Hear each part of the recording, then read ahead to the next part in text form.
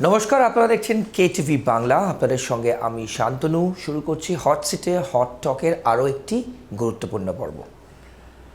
আমরা এই অনুষ্ঠানে আপনারা রেগুলার বেসিসে দেখেন, প্রতিনিয়ত আমরা যে পর্ব আপনাদের সামনে তুলে ধরি, তাতে আমরা আন্তর্জাতিক দেশ এবং রাজ্য সবটাই রাখি। এসআইআর শুরু হয়ে গেছে, আপনারা প্রত্যেকে জানেন, কিন্তু এই এসআইআর শুরু হওয়ার পর থেকে দেখা যাচ্ছে বিভিন্ন ক্ষেত্রে মানুষের মধ্যে একটা আতঙ্ক কিংবা একটা ভয় গ্রাস করছে। আর বিশেষ করে রাজনৈতিক দল, শাসক বিরোধী সব ক্ষেত্রেই কিন্তু তারা ন্যারেটিভ সামনে আনছে। আমরা সেই প্রসঙ্গ রাখছি যে এসআইআর নিয়ে আতঙ্কিত হওয়ার কোনো কারণ নেই। আরও ইন ডিটেল বিশ্লেষণ আমরা আপনাদের সামনে রাখব। তার সঙ্গে বাংলাদেশের এই মুহূর্তে কী অবস্থা আপনারা প্রত্যেকে জানেন। বাংলাদেশের পাকিস্তান প্রীতি আরও বেড়ে গেছে। কেন বেড়ে গেছে সে প্রসঙ্গও থাকবে। এবং তার সাথে বাংলাদেশে ইটালির প্রধানমন্ত্রী জর্জিয়া মেলোনির কিন্তু সফর স্থগিত করা হয়েছে। এর রাজনৈতিক তাৎপর্যপূর্ণ কতটা, এই নিয়ে আমরা ডিসকাস করব। অর্কবাবু সরকার আমার বাদিকে বসে আছেন, যাকে আপনারা হট সিটে হট টকে প্রতি পর্বে দেখেন এবং রাজনৈতিক বিশ্লেষণ আন্তর্জাতিক ক্ষেত্রে, ন্যাশনাল লেভেলে এবং স্টেট লেভেলে কিন্তু আমরা সব ক্ষেত্রে তার বিশ্লেষণ আপনারা শুনেন। দাদা, আপনাকে আজকের পর্বে স্বাগত। প্রথমেই বলি যে এসআইআর আতঙ্ক, যেখানে যেখানে এসআইআর ঘোষণার পর থেকে গণেশ কুমার চবে প্রেস কনফারেন্স করে বলেছেন, তারপর থেকেই ভোটার লিস্ট ফ্রিজ হয়েছে এবং একটা আতঙ্ক চারিদিকে মনে হচ্ছে প্রত্যেকের যে এসআইআরের নাম বাদ যাবে, এসআইআরের নাম বাদ যাবে। আপনার অ্যানালিসিস দাদা। প্রথম কথা হচ্ছে, এসআইআর একটা রুটিন প্রক্রিয়া। ভারতবর্ষে এই প্রথম এসআইআর হচ্ছে তা তো নয়, অতীতেও বেশ কয়েকবার এসআইআর হয়েছে। এই পশ্চিমবঙ্গে 2002 সালে হয়েছে। তখন সম্ভবত 23 লক্ষ নাম বাদ গিয়েছিল। তারপর 23 বছর পেরিয়ে গেছে। প্রথমে দু একটা কাজের কথা বলে নেওয়া যাক। নির্বাচন কমিশন যে 12টা নথির কথা বলেছে, তার মধ্যে যে কোনো একটি দাখিল করলে পরেই কিন্তু হবে। যে কোনো একটা, বেশ। যার মধ্যে জন্মের শংসাপত্র, স্কুল লিভিং সার্টিফিকেট, যারা সরকারি চাকরি করেন তাদের pension payment order, bank account, passport, বংশনামা বলে বা শিডিউল কাস্ট বা কোনো সার্টিফিকেট যদি থাকে সরকার প্রদত্ত, আপনার নামে যদি বাড়ির মিউটেশন হয়ে থাকে সেই কাগজ, আধার কার্ডও দিতে হবে, কিন্তু আধার কার্ড নাগরিকত্বের পরিচয় নয়, সেটা আধার কার্ডের পিছনে স্পষ্ট করে লেখা আছে, এটা ন্যাশনালিটির প্রুফ না। তা এই ডকুমেন্ট তো সবার আছে, কার নেই? ব্যাংক অ্যাকাউন্ট কার নেই? সরকারি চাকরি যারা করেন পেনশন অর্ডার তাদের আছে, সরকারি চাকরির নিয়োগপত্র আছে, বহু মানুষের পাসপোর্ট আছে, জমি বাড়ির দলিল আছে, স্কুল লিভিং সার্টিফিকেট আছে, অ্যাডমিট কার্ড আছে। তাই আতঙ্কিত হওয়ার কোনো কারণ নেই। 2002 সালে তালিকায় যাদের নাম আছে তাদেরকে কিন্তু আর কোনো প্রমাণ দাখিল করতে হবে না। বেশ, মানে 2002 সালে যাদের ভোটার লিস্টে নাম আছে, ওকে, বেশ, অটোমেটিক্যালি হয়ে যাবে। তাদের পরিবার পরিজন, তাদেরও কোনো চিন্তার কারণ নেই, সামান্য একটা ডকুমেন্ট দিলেই হয়ে যাবে। ধরুন আপনার নাম আছে কলকাতার বালিগঞ্জ বিধানসভা কেন্দ্রে, আপনার স্ত্রী নাম ছিল বেলগেছিয়া পূর্ব বিধানসভা কেন্দ্রে, যেটা এখন নেই, এখন বিধাননগর। আপনি 2021 সালে আপনার স্ত্রী বালিগঞ্জ বিধানসভা কেন্দ্রে নাম তুলেছে, তাহলে 2002 সালে বালিগঞ্জ বিধানসভা কেন্দ্রের ভোটার তালিকায় আপনার স্ত্রীর নাম ছিল না। কিচ্ছু করতে হবে না, নির্বাচন কমিশনের ওয়েবসাইটে যাবেন, ক্লিক করবেন, পরিষ্কার বলা আছে সিওর ওখানে গিয়ে বেলগেছিয়া ইস্ট মানে উত্তর 24 পরগনা, উত্তর 24 পরগনা জেলা করলেন, কতগুলো কনস্টিটিউয়েন্সি আছে দেখলেন, দেখলেন বেলগেছিয়া ইস্ট। বেলগেছিয়া ইস্টে ক্লিক করলেন, কোন স্কুলে বা কোথায় ভোট দিয়েছেন সেই কেন্দ্রটার নামও আছে, সেখানে ক্লিক করুন, খুঁজে দেখুন আপনার নাম আছে তালিকায়। তারপরে বিএলও যখন আসবে তাকে ওই প্রিন্ট আউটটা দিয়ে দেবেন। এটা ভোটার যে সে নিজেই করতে পারবে। হ্যাঁ, খুবই ভেরি ইজি। ওকে, তাহলে ওরা ম্যাপিং করে নেবে। এসআইআর একটা রুটিন প্রক্রিয়া। দুটো ফর্ম নিয়ে আসবে বিএলওরা, একটা ফর্ম আপনার কাছে থাকবে, একটা ফর্ম ওরা নিয়ে যাবে। কোনো ডকুমেন্ট ওরা নিয়ে যাবে না কিন্তু। কিউআর কোড থাকবে। আপনাকে প্রথম দিন খুঁজে না পেলে আর একবার যাবে, 3 বার যাবে, তারপরে নোটিশ দিয়ে যাবে। বিএলওরা সব আপনার চেনা পরিচিত মধ্যেই হবে, মানে যে পাড়ার অঞ্চল। লোক। আচ্ছা, আপনি বালিগঞ্জের ভোটার, আপনার বিএলও বারাসাত থেকে আসবেন, আচ্ছা, ওই স্থানীয়, হ্যাঁ, লোক একদম যার এলাকা সম্পর্কে সম্যক ধারণা আছে। এই তো মোদ্দা বিষয়। এইসব বিতর্কর মধ্যে আমি ঢুকতে চাই না। এগুলো হয়, যুযুধান রাজনৈতিক দল এসব নিয়ে একটু বায়া গরম করে, ওগুলোতে কান দেওয়ার খুব দরকার আছে বলে মনে হয় না। যারা ভারতের নাগরিক, দেশপ্রেমিক, তারা চাইবেন ভোটার তালিকা নির্ভুলভাবে তৈরি হোক, ভারতীয়রাই ভারতের নির্বাচনে ভোট দিক। বিদেশিরা, অনুপ্রবেশকারীরা, একাধিক জায়গায় নাম তোলা ভোটার, মৃত ভোটার, তারা যেন এই গণতান্ত্রিক প্রক্রিয়ার অংশ নিতে না পারে, এটাই তো কথা।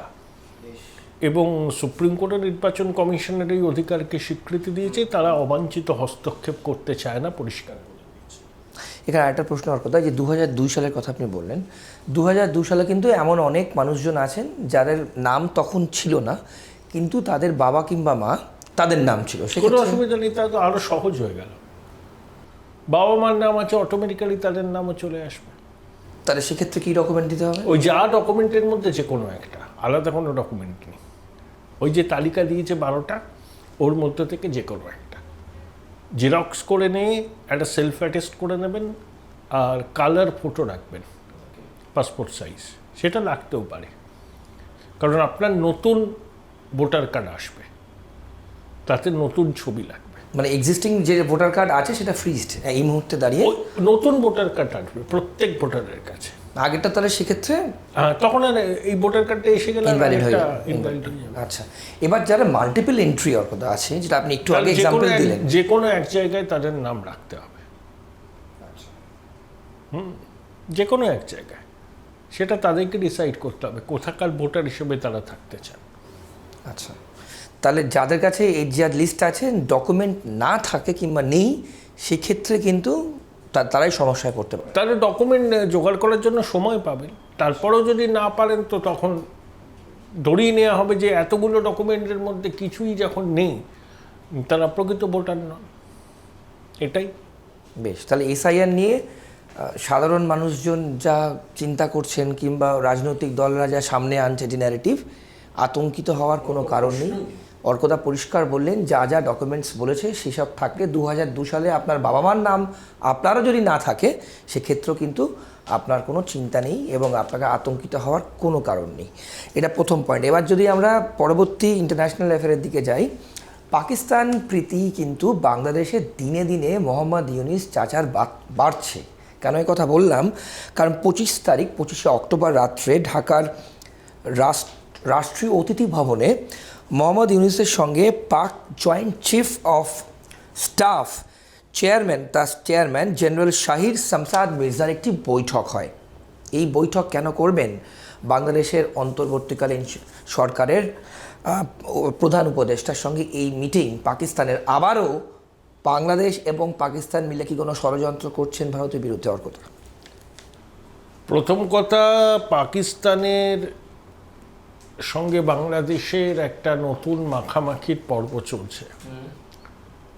পাকিস্তানের স্বাধীনতার পর থেকে, বাংলাদেশের স্বাধীনতার পর থেকে পাকিস্তানের সঙ্গে এইরকম দহরম মহরম অতীতে হয়নি। এই অন্তর্বর্তী সরকারের সময় সেই দহরম মহরমটা আমরা স্পষ্ট দেখছি। কয়েকদিন আগে পাকিস্তানের বিদেশমন্ত্রী, উপপ্রধানমন্ত্রী ইশাক দার বাংলাদেশ সফর করেছেন। আইএসআইয়ের উচ্চপদস্থ আধিকারিকরা বাংলাদেশে গেছেন, ঘুরে দেখেছেন। বাংলাদেশ আর্মির 4 জন উচ্চপদস্থ সেনাকর্তা ইসলামাবাদ ও রাওয়ালপিন্ডিতে গিয়ে পাকিস্তান সেনাকর্তাদের সঙ্গে বৈঠক করেছেন। বাংলাদেশ এবং পাকিস্তান যৌথ সামরিক মহড়া করতে পারে। ঢাকা করাচি সরাসরি বিমান পরিষেবা চালু হবে। চট্টগ্রাম বন্দরে পাকিস্তানের পণ্যবাহী জাহাজ আসবে, সেই জাহাজে কন্টেনারে কি মাল থাকবে সেটা আর যাচাই করা হবে না।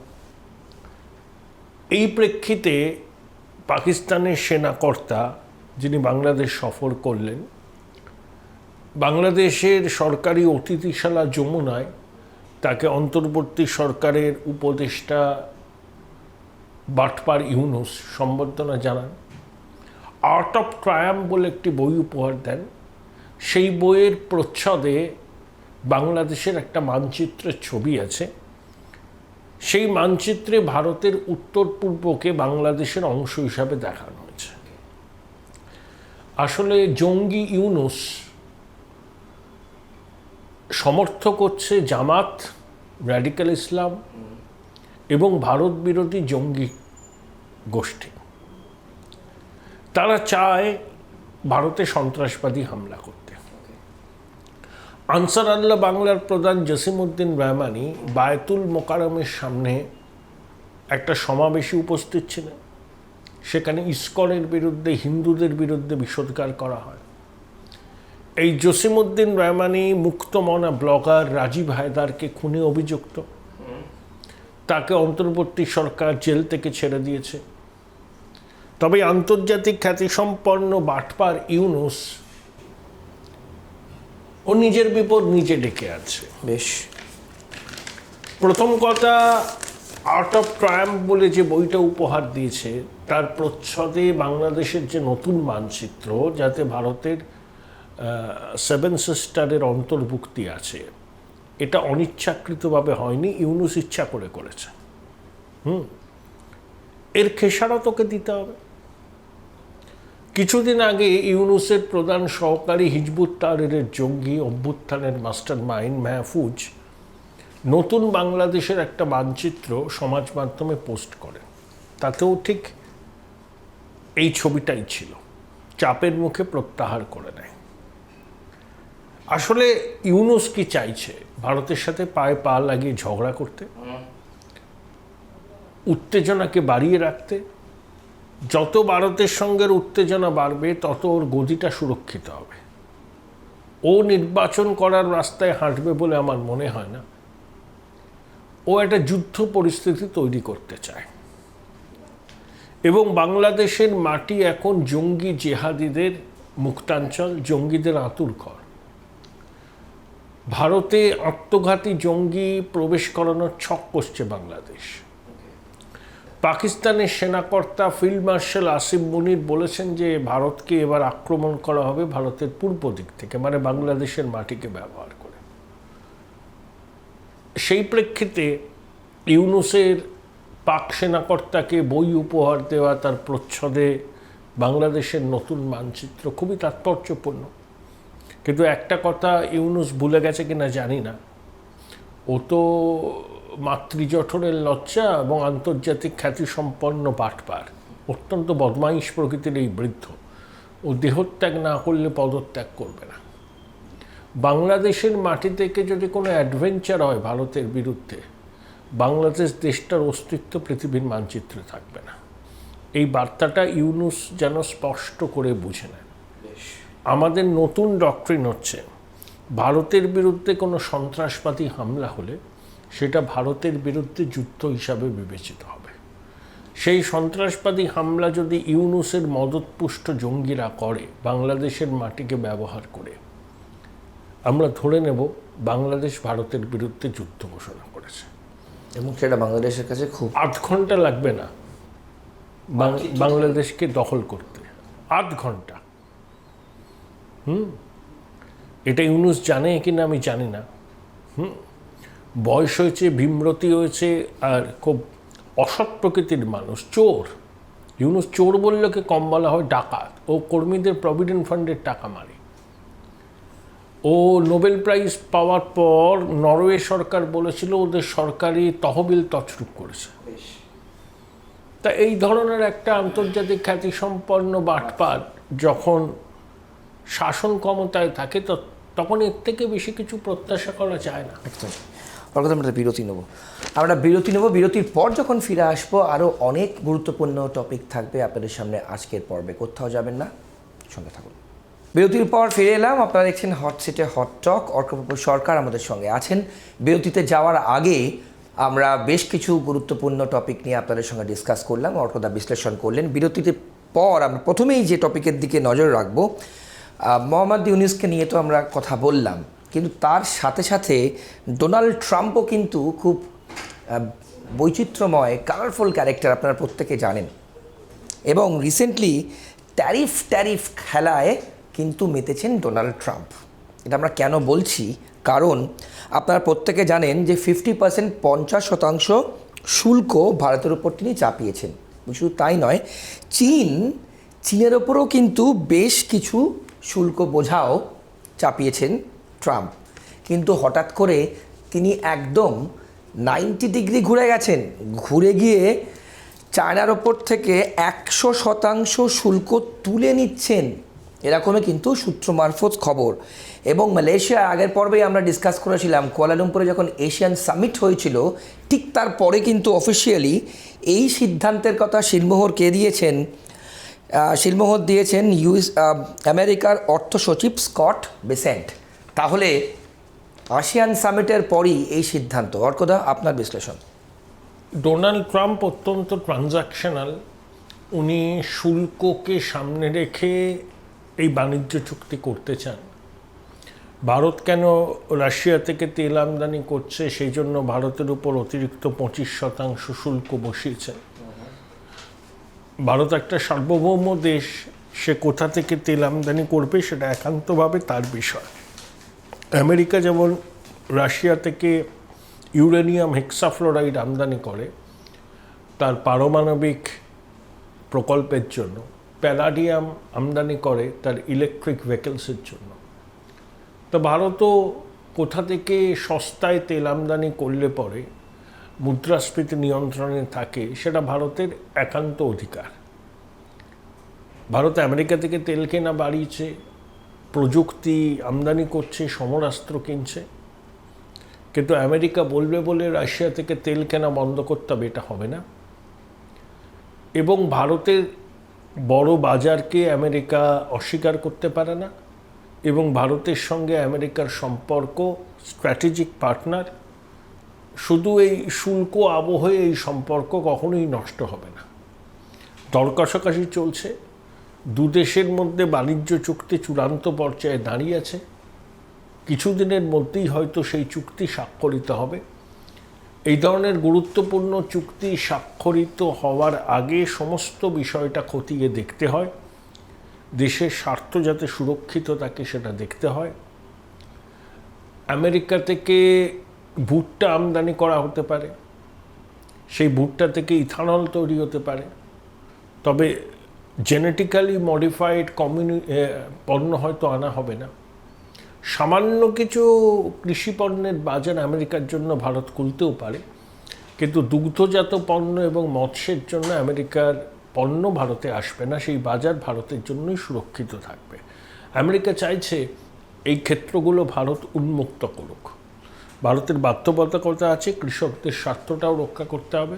কিন্তু আসিয়ান সামিটের পর এই সিদ্ধান্ত চীনের উপরে হঠাৎ করে কীভাবে? ট্রাম্প সব জায়গাতেই তার সিদ্ধান্ত পুনর্বিবেচনা করবে। চীন এবং ভারতের সঙ্গে রক্তচক্ষু দেখালে পরে তো লাভ হবে না। এতে চীন এবং ভারতের সম্পর্ক আরও ঘনিষ্ঠ হবে। দু একদিন আগে গালওয়ান সংঘর্ষের পরে ভারত এবং চীনের সরাসরি বিমান যোগাযোগ চালু হয়ে গেছে। তো ভারতবর্ষ এবং চীন যদি একসঙ্গে চলে সেটা আমেরিকার পক্ষে খুব স্বস্তিদায়ক নয়। সেক্ষেত্রে চীনের সঙ্গেও নতুন করে আমেরিকা দর কষাকষি করে একটা জায়গাতে আসবে যাতে বিশ্বের বাণিজ্যের পরিস্থিতি সুস্থির থাকে এবং ভারতের উপর যে অনাবশ্যক চাপ আমেরিকা তৈরি করছে রাশিয়া থেকে তেল কেনার জন্য, সেটাও ধীরে ধীরে কেটে যাবে। আমেরিকাও বাস্তবতা বুঝবে, একগুঁয়েমি ছাড়বে। ভারতও আমেরিকার সঙ্গে বাণিজ্য চুক্তি করতে বদ্ধপরিকর, কিন্তু অবশ্যই দেশের মানুষের এবং দেশের ব্যবসায়ীদের স্বার্থ সুরক্ষিত। বেশ, খুব গুরুত্বপূর্ণ বিশ্লেষণ আপনারা শুনলেন। শেষ যে টপিকে যাব, জর্জিয়া মেলোনি ইটালির প্রধানমন্ত্রী, তার কিন্তু বাংলাদেশ সফর করার স্কেডিউল ছিল, নির্ধারিত ছিল। সেই সফর কিন্তু স্থগিত করেছেন ইটালির প্রধানমন্ত্রী, এবং সেটা কনফার্ম করেছেন ঢাকা নিযুক্ত ইটালির রাষ্ট্রদূত অ্যান্টোনিও আলশ্রান্তো। এই যে জর্জিয়া মেলোনি, তার সঙ্গে কিন্তু নরেন্দ্র মোদীর খুব ভালো সম্পর্ক, খুব ভালো বন্ধু, কিন্তু হঠাৎ করে একটা প্রিস্কেডিউলড সফর কেন স্থগিত করা হলো বাংলাদেশ সফর? অতীতে ইউনুস প্যারিসে গিয়েছিলেন ইমানুয়েল মাকারের সঙ্গে সাক্ষাৎ করার জন্য, কিন্তু ফরাসি প্রেসিডেন্ট ইমানুয়েল মাকার ইউনুসের সঙ্গে সাক্ষাৎ করতে চাননি। তার কারণ, বাংলাদেশে একটা খুব জনপ্রিয় ব্যান্ড আছে জলের গান। জলের গান, ওকে। সেই ব্যান্ডের যিনি প্রধান, তার নাম রাহুল আনন্দ। ইমানুয়েল মাকার যখন 2 বছর আগে ঢাকা সফর করেছিলেন, তখন রাহুল আনন্দের স্টুডিও এবং বাড়িতে গিয়েছিলেন। বাংলাদেশে 2024 জুলাই অগাস্ট গণ অভ্যুত্থানের পর ওই রাহুল আনন্দের স্টুডিও এবং বাড়ি ভাঙচুর করে অগ্নিসংযোগ করা হয়, এবং তিনি পালিয়ে ইউরোপের কোনো দেশে আশ্রয় নেন। যখন রাহুল আনন্দের বাড়ি আক্রান্ত হলো এবং ইউনুসের প্রশাসন দেখল, সেটা ফরাসি প্রশাসন ভালোভাবে নেয়নি। একটি বহুমূল্য পেন উপহার দিয়েছিলেন ইমানুয়েল মাকার রাহুল আনন্দকে। রাহুল আনন্দ আবার তাকে একটা একতারা উপহার দিয়েছিলেন। প্রায় 1 ঘন্টা ছিলেন রাহুল আনন্দের স্টুডিওতে। এটা ফরাসি প্রশাসন, ফ্রান্সের নাগরিক এবং প্রেসিডেন্ট ভালোভাবে দেখেনি। তো ইউনুস ফ্রান্সে গেলেও তার সঙ্গে দেখা করেননি।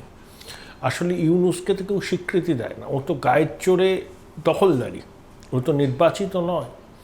আর ইতালি সফরও তো করেছিলেন, সেখানেও জর্জিয়া মেলোনি দেখা করেননি, এবং এটাই খুব স্বাভাবিক। ইউনুসকে ওই পাকিস্তানি অভ্যর্থনা জানাবে।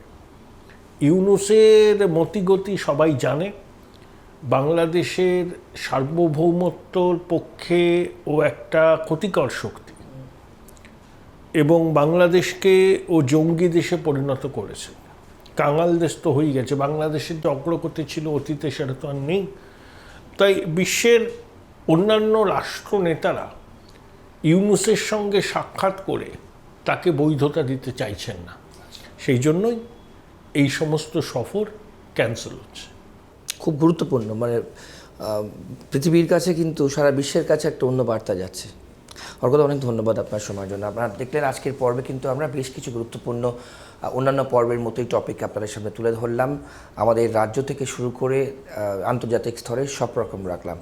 কেমন লাগলো এই পর্ব? আপনাদের সুচিন্তিত মতামত আমাদের সোশ্যাল মিডিয়ায় জানাবেন, এবং আমরা নিশ্চয়ই পরের পর্বে সেইগুলো নিয়ে ডিসকাস করব। ভালো থাকবেন, আর অন্যান্য সব খবরের জন্য দেখতে থাকুন KTV বাংলা। নমস্কার।